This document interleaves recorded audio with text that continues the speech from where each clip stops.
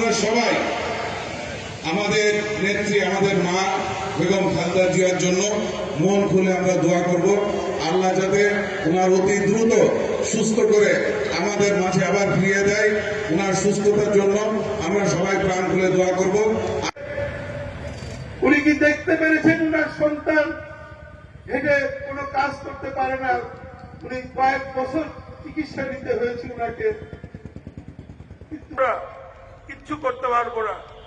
সুযোগ এসেছে, আজকে এখানে আলেম ওলামারা আছেন, 200 হাফেজ আছে, তালবে এলেম আছে, মাদ্রাসার ছাত্র আছে, মুফতি আছে, সাইকুল হাদিস আছে, অনেক মানুষ এখানে আছেন। আপনাকে যেতে হবে অফিসে, আমরা বলেছিল যে বলেছে আমাকে বারবার এক কথা বলেন না, আমাকে قل هو للذين آمنوا هدى وشفاء. ربنا ظلمنا أنفسنا وإن لم تغفر لنا وترحمنا لنكونن من الخاسرين.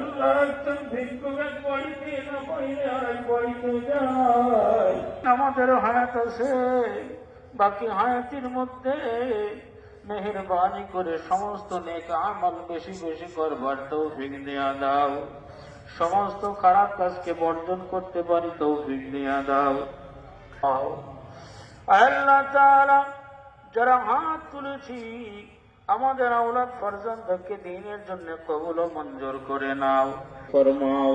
সারা বিশ্বে মুসলমানদের বিজয় নিশ্চিত করে দাও, কবুল ও মঞ্জুর করে নাও। এই দেশের প্রত্যেকটা বাড়ি ঘরে শান্তি সুখের ফয়সালা করে দাও।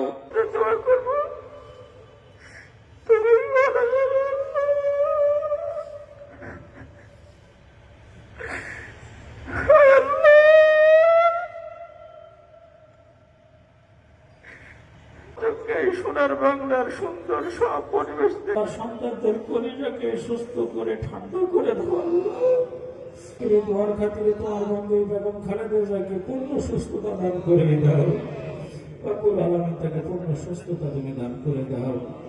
হে আল্লাহ তাআলা, আমরা যারা হাত তুলেছি আমাদের আপনজন আত্মীয় স্বজন অনেকে অসুস্থ আছেন, আল্লাহ তাদেরকেও শিফায়ে কামেলা আজেলা দান করে দাও। রব্বুল আলামিন তার সন্তান আরাফাত রহমান কোটো বিদায় নিয়ে আল্লাহ গহীন অন্ধকারের বাসিন্দা মাফ করে জান্নাতের ফয়সালা করে দাও। এভাবে আমাদের দেশের যত পেশাজীবীর মানুষ এই বাংলাদেশ থেকে যারা ইন্তেকাল করে কবরের বাসিন্দা হয়েছেন সকলকে মাফ করে দাও। আল্লাহ, আমি আবারও তোমার দরবারে ফরিয়াদ জানাই, যারা আয়োজন করেছেন তাদের মনের বাসনাকে পুরা করে দাও। তুমি সমস্ত চিকিৎসকের চিকিৎসক, আহকামুল হাকিমিন রব্বুল আলামিন, আল্লাহ বিনা ওষুধে তুমি বিনা ওষুধে তুমি সুস্থ করতে পারো। তোমার বান্দাকে মেহেরবানি করে সুস্থতা নিয়ামত দান করে দাও। সুবহান রাব্বিকা রাব্বিল ইজ্জাতি আম্মা ইয়াসিফুন ওয়া সালামুন আলাল মুরসালিন আলহামদুলিল্লাহি রাব্বিল আলামিন।